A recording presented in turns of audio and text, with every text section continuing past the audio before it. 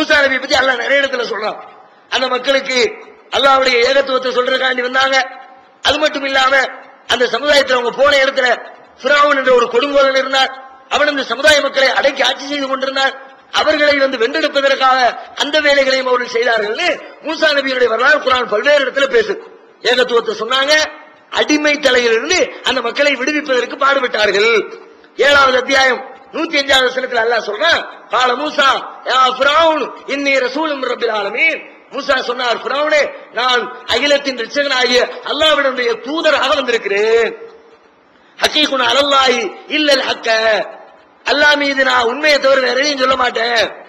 அது ஜிதுக்கும் பி பையினத்தின், தெளிவான ஆதாரத்தோடு கொண்டு வந்திருக்கிறேன். அதனால நான் சொல்றதை கேட்டுக்க. ஃபாரிசின் மானா பனி இஸ்ராயீல், என் கூட நீ அடிமைப்படுத்தி வச்சிருக்கிறிய இந்த பனு இஸ்ரவேலரை என் கூட அனுப்பிடு என்று அவர்கள் பனு இஸ்ரவேல் சமுதாயத்தை தன்னோடு அனுப்புமாறு ஃபிரௌனிடத்திலே போராட்டம் நடத்தினார்கள் குர்ஆன் சொல்லு.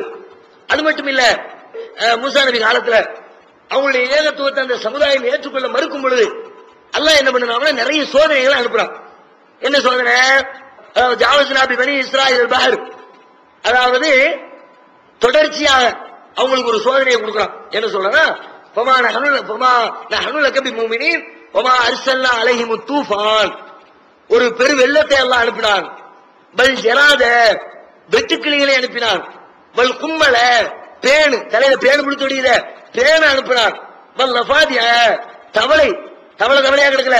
சில ஹவுஸுக்கு சில இடங்கள் பள்ளியாசலுக்கு போனீங்கன்னா தெரியும், சின்ன சின்னதா தவளையா மிதந்துட்டே கிடக்கும். தவளைகளை அனுப்பினான். பத்தம, ரத்தத்தை அனுப்பினான். இது மாதிரி பல்வேறு சோதனைகள், எங்க பார்த்தாலும் ரத்தமா இருக்கும். எதை தொட்டாலும் வெட்டுக்கிளியா இருக்கும். திங்க முடியுமா, சாப்பிட முடியுமா, இருக்க முடியுமா?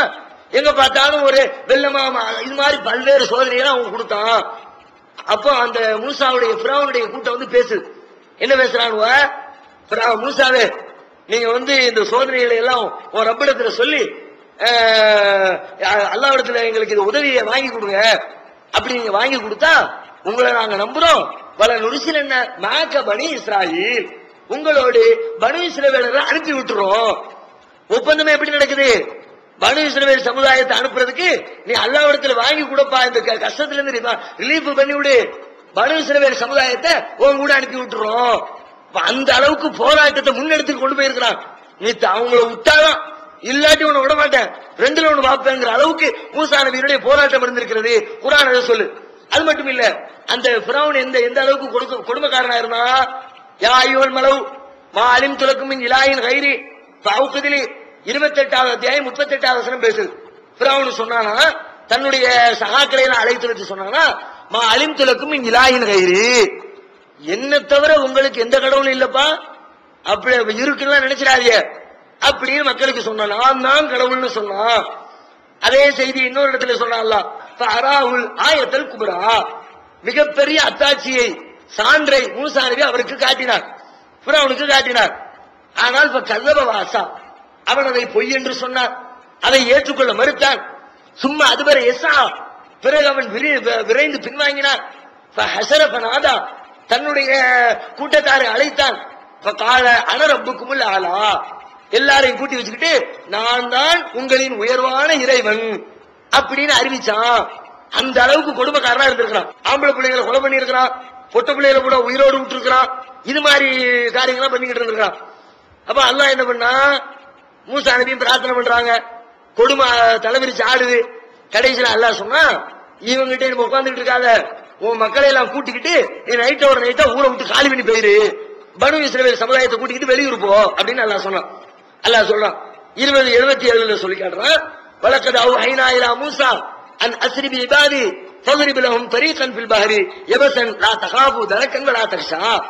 மூசாவுக்கு நாம் அறிவித்தோம், நம்முடைய அடியார்களை எல்லாம் அழைச்சிக்கிட்டு நீர் வெளியில கிளம்பிரும் அப்படின்னு நாம சொன்னோம். எதுக்கும் கவலைப்படாத, புடிச்சுக்குவானு பயப்படாத, பரவாயில்ல நீ துணிஞ்சு கிளம்பு என்று நாம சொன்னோம். அது மாதிரி துணிஞ்சு அவங்க கிளம்புறாங்க. கிளம்புனா அல்லாஹ் முந்திய சொல்லிவிட்டான், நீ போனா அவன் பின்னாடி வருவான். 10வது அத்தியாயம் 90-91 சொல்லி காட்டுறான். வஜாவஸ்னா பி பனி இஸ்ராயீல் பஹர ஃபஅத்பாஹும் ஃபிரௌன் வஜுனூதுஹு பகியன் மஅதுவா, அவங்க முன்னாடி போக பின்னாடி ஃபிரௌனுடைய பட்டாளம் அவர்களை துரத்தி கொண்டு வந்தது. கடைசியில மூசா நபி அவர்கள் கடல் பிளக்கப்பட்டு அங்கிருந்து தப்பிச்சு வெளியில வந்துடுறாங்க. ஃபிரௌன் உள்ளுக்குள்ள வர்றான், உள்ள வந்து கடலுக்குள்ளே வந்து மாட்டிக் கொள்கிறான்.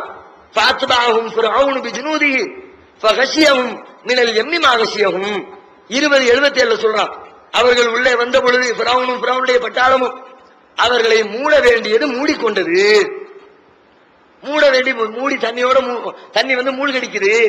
மூழ்கடிக்கிற நேரத்தில் அவன் சொல்றான், ஆலு ஆமன்து, நான் வந்து பனு இஸ்ரவேலுடைய இறைவனை நம்பிக்கை கொள்கிறேன், அல்லாஹ் அவனை ஏத்துக்கிறேன், நானும் முஸ்லீம் ஆயிட்டேன் அப்படின்னு அவன் சொன்னான். அப்ப அல்லாஹ்வின் புறத்துல பதில் சொல்லப்பட்டுச்சு, ஆள் ஆன இப்பதான் ஏத்துக்கிறியா? ஏன்னா இத்தனை வருஷம் உனக்கு டைம் கொடுத்தமே, இப்பதான் உனக்கு அறிவு வருதா? பக்கத்து அசைத்த கபுளு, இதுவரைக்கும் மறுத்துக்கிட்டு இருந்திய, குந்தமிழர் முஃப்சிதீன், இதுவரைக்கும் குழப்பம் பண்ணிக்கிட்டு இருந்திய, இப்ப போய் என்ன உனக்கு அறிவு வந்திருக்குது என்று சொல்லப்பட்டுச்சு. சொல்லிவிட்டு அல்லாஹ் சொன்னா, பல் யௌம நுனஜ்ஜீக பிபதனிக லிதகூன லிமன் கல்ஃபக ஆயா. பல் யௌம, இன்றைய தினம், நுனஜ்ஜீக பிபதனிக, உன்னுடைய உடலை நாம் பாதுகாத்து வைப்போம், லிதகூன லிமன் கல்ஃபக ஆயா, உனக்கு பின்னால் வருகிறவர்களுக்கு நீ ஒரு அத்தாட்சியாக இருக்க வேண்டும் என்பதற்காக வேண்டி உன் உடலை நான் பாதுகாத்து வைப்பேன். மூசா நபியுடைய இவ்வளவு வரலாற்று செய்திகளையும் அவங்க செய்த பல்வேறு அற்புதங்களையும் உண்மைப்படுத்துறதுக்கு அல்லாஹ் விட்டு வச்ச சான்று அந்த ஃபிரௌனுடைய பாடி. கடலுக்குள்ள போய் மாட்டினவன இன்னும் 1000 வருஷம் கழிச்சு வரக்கூடிய மக்கள் அவனது உடலை பார்த்து படிப்பினை பெற வேண்டும் என்பதற்காக வேண்டி உடலை கெடாமல் அல்லாஹ் பாதுகாக்கிறான். உள்ளுக்கு அப்படியே ஒரு பனிமொழி, எப்படி அந்த கப்பலுக்கு பனிமலையை பொழிய வச்சு பாதுகாத்தானோ அது மாதிரி ஃபிரௌனுடைய உடலையும் சில வருடங்கள் அல்லாஹ் ஒரு பனிப்பொழிவை ஏற்படுத்தி அவனுடைய உடலையும் பாதுகாத்துக் கொண்டே இருந்தான். எவ்வளவு நாளைக்கு பாதுகாத்தான்? ரொம்ப குறைவான நாட்கள் தான் இருந்திருக்கும், அதிகமான நாட்களுக்கு வாய்ப்பு இல்லை. ஏன்னு கேட்டா அவர்கள் இருந்த ஊர் இருக்குத எகிப்து. எகிப்துங்கிறது கிமு 1500, கிமு 2000, 2500 எல்லாம் எகிப்துல வந்து ஒரு நவீன மருத்துவ முறை ஒண்ணு இருந்துச்சு. என்ன மருத்துவ முறைனா, இறந்த உடல்களை பதப்படுத்தி பாதுகாக்கக்கூடிய மருத்துவ முறை.